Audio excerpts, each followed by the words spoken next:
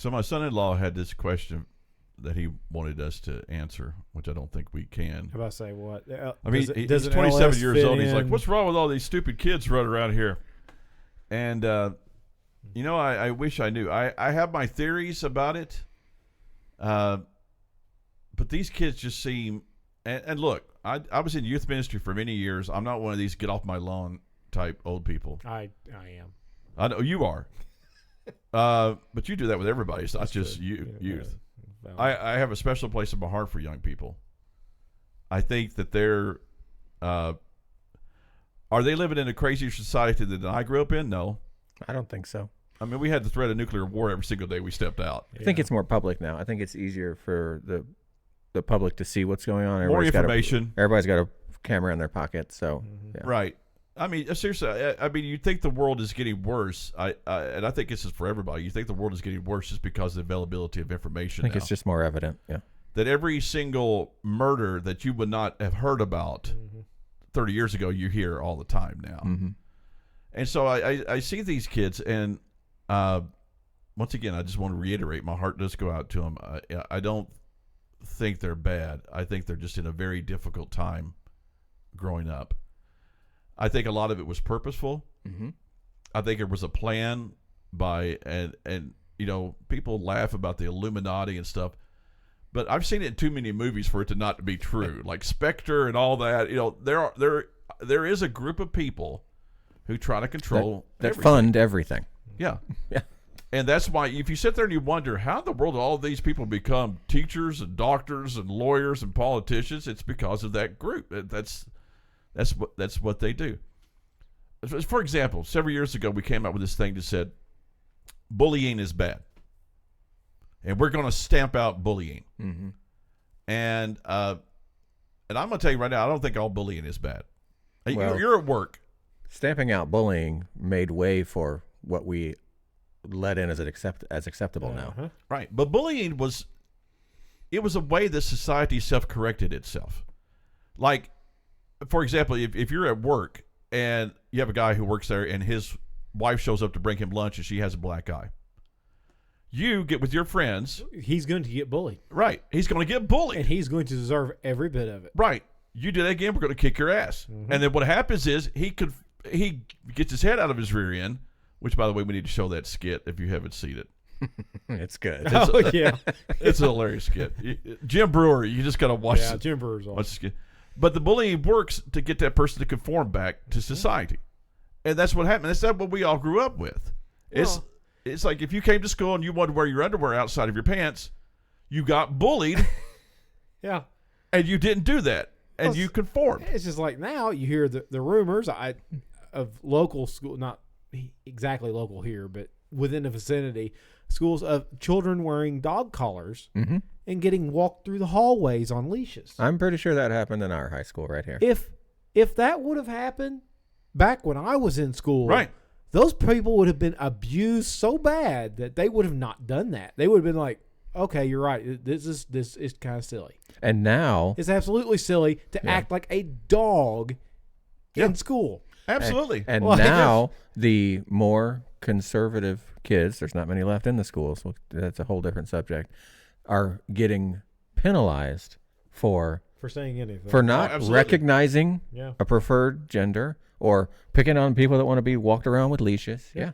Right. My kids have gotten in trouble for picking on people like that. So if you're in the school, and these poor kids, if you're in the school and you don't want to go along with crazy, or you're sitting around going, this is crazy, you just have to put up with it. That's why my kids aren't there anymore. You're going to get in trouble. You're going to be the one that gets in trouble. Yeah. You're the one getting bullied. Yeah. Now you're getting bullied. How is that not bullying? You're right. How is that not bullying if a people in authority with power come to you and say, hey, you need to do this. If not, you're going to get suspended for 4 days. Yeah.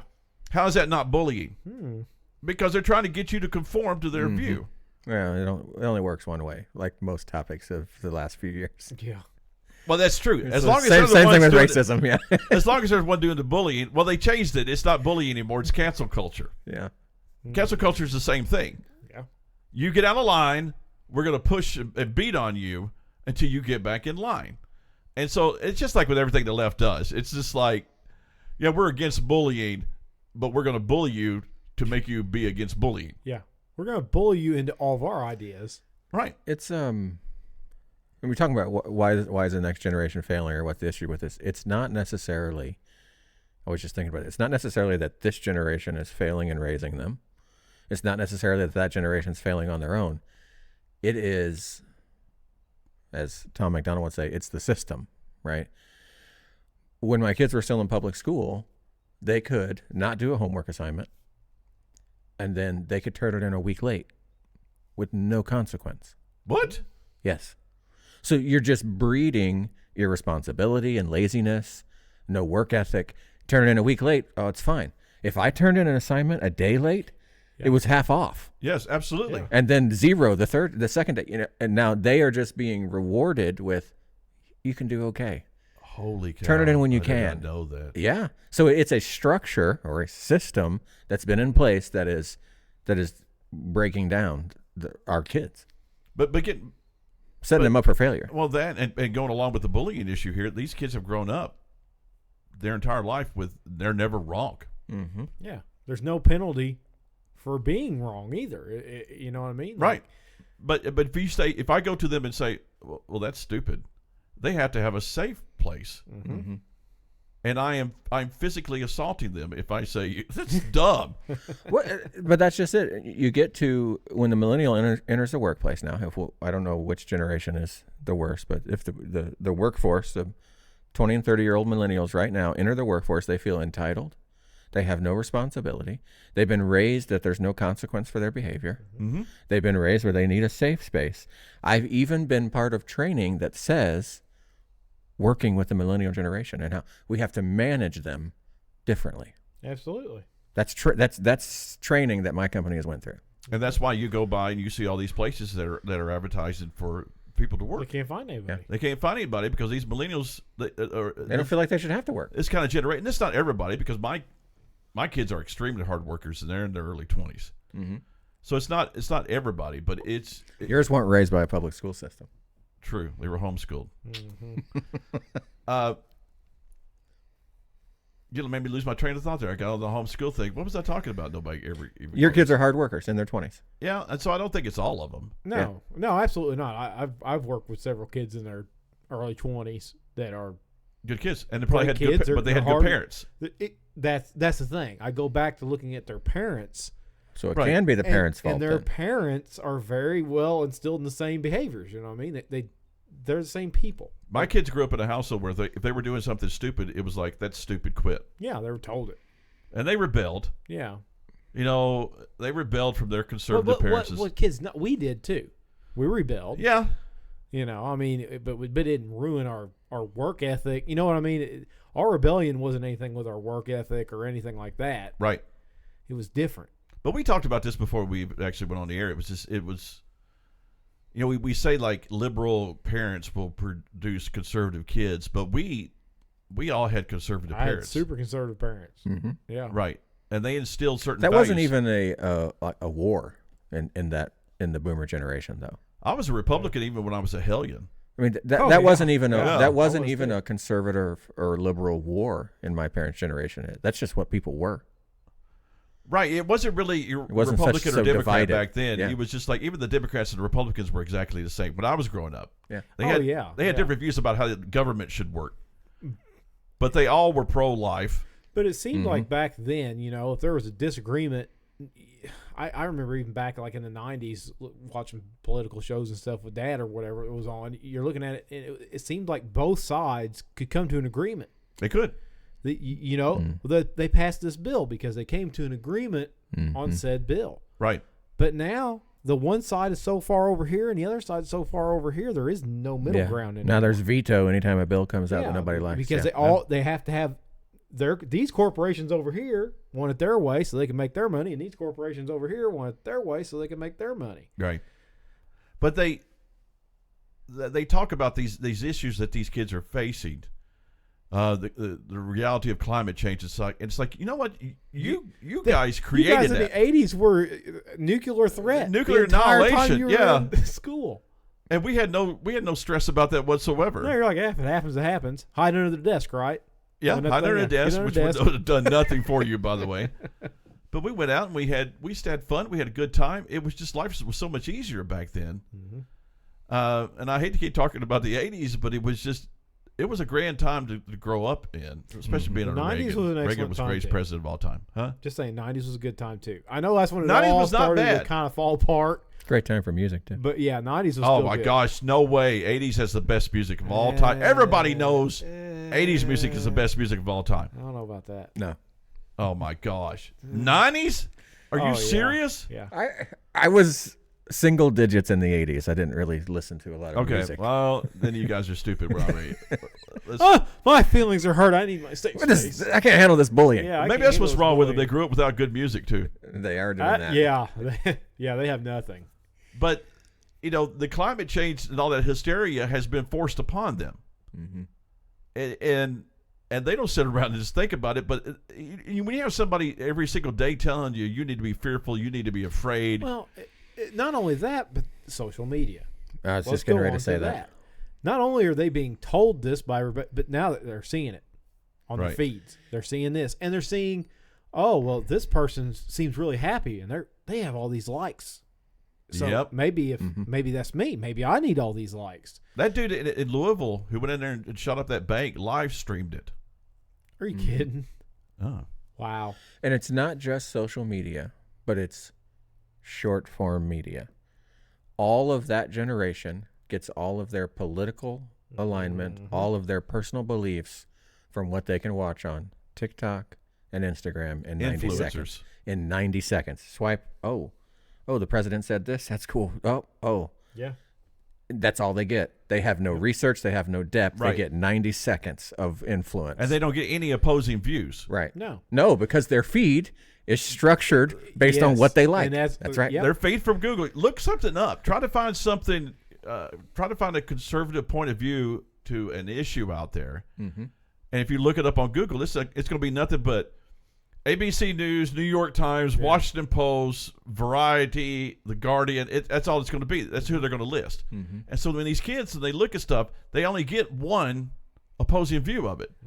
And that's why every time you see like Matt Walsh or Ben Shapiro or Michael Knowles, they go to these colleges. That's why they destroy every kid they go against. Facts and logic.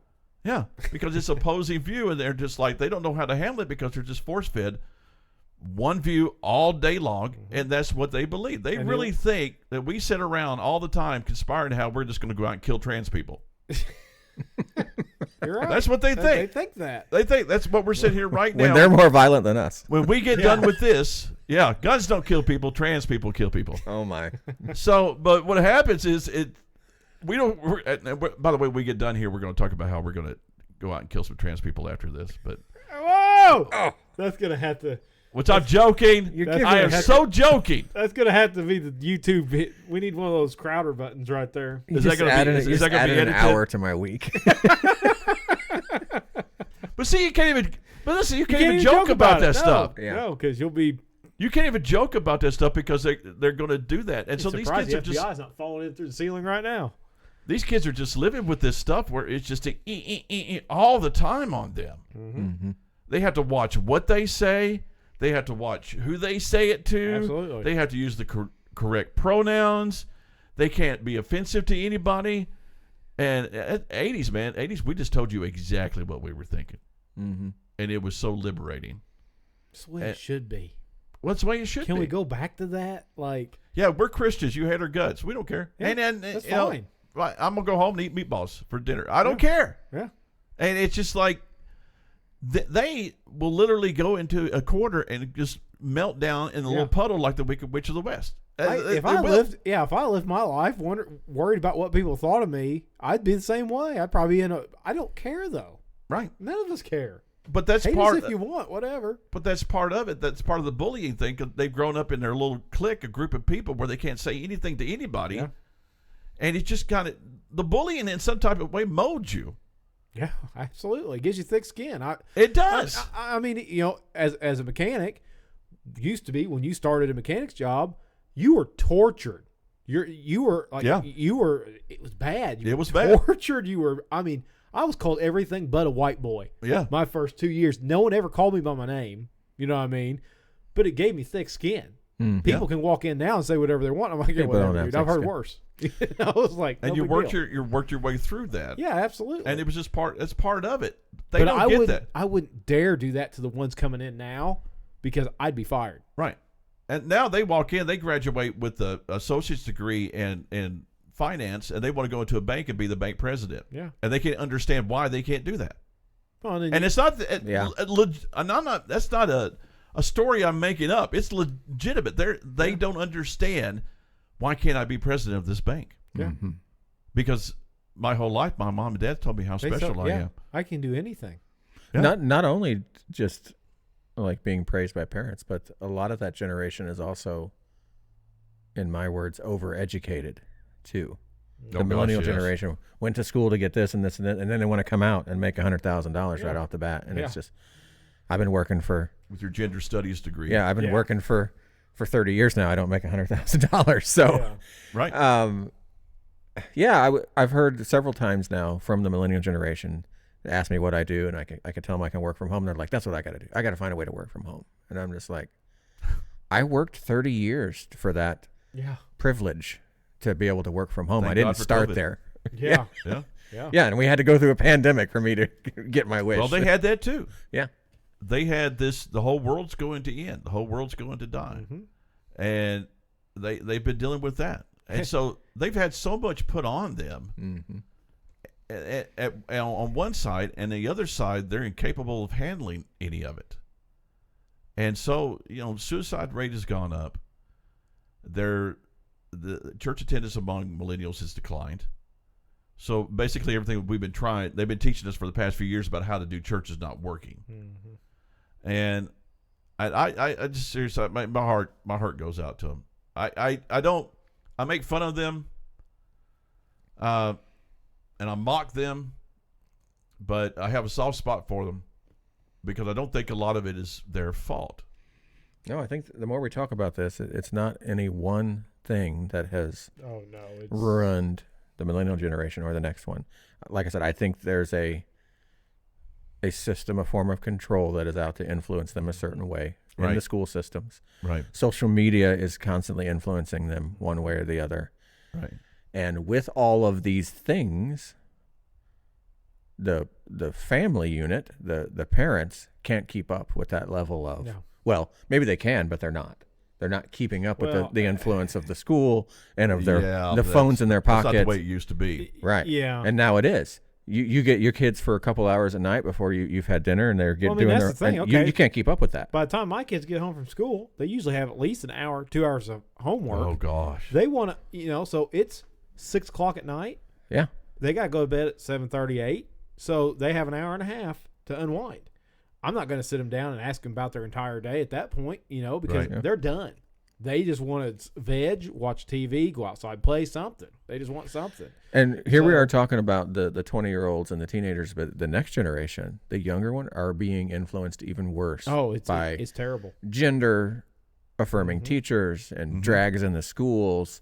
It's even worse. Absolutely. That's what it scares me for my Take your kids out of school. children. But it used to be, I would. It used to be that the school would never override the parents. Mm-hmm. And the parents said, I don't want my kid to go to that. The school would totally accept that. Now it's just like, now they don't even ask. Yeah. Right. Well, they don't even ask you anymore. Oh my gosh. I can't even comprehend. I'd be at a school board meeting stacking bodies. I have not been in that situation yet. We've had some situations with school, but nothing like that yet. The day that comes, you'll know.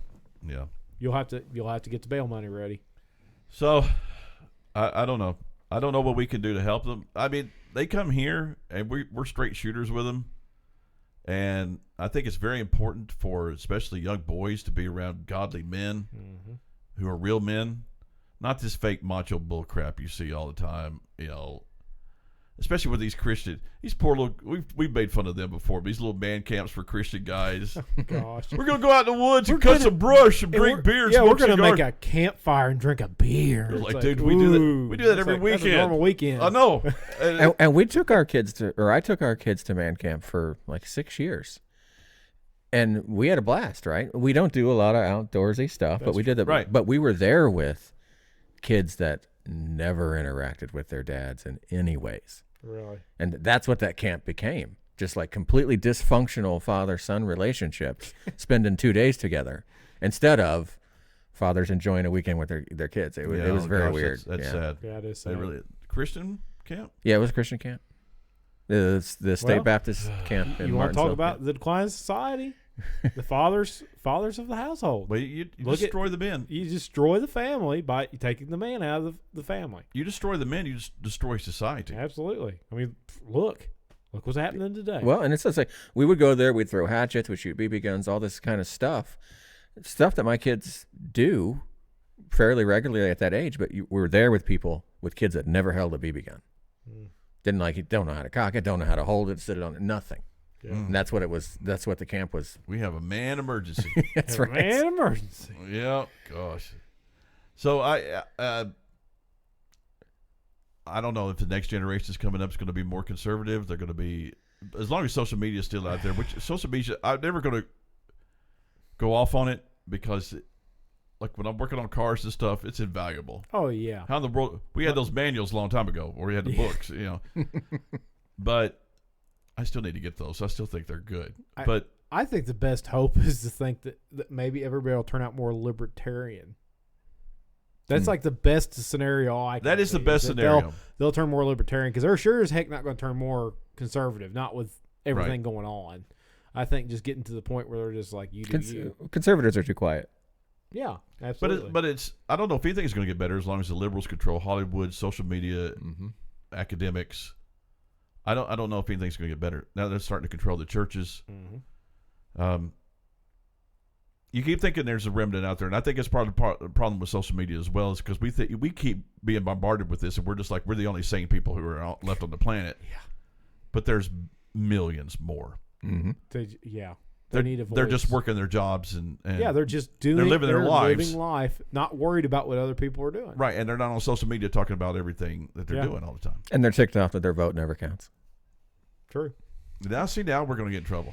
See, I didn't say anything about the E word. Well, you can't say anything Don't about say that. anything about the E word. I did not. You can't say anything about that because if you do, I just said your vote Mr. doesn't Google, I got even without fraud, twice your this vote week doesn't on count. Facebook, so Hey, Facebook's been all over you this week. they've been all over me, man. I like it. It's a badge of honor.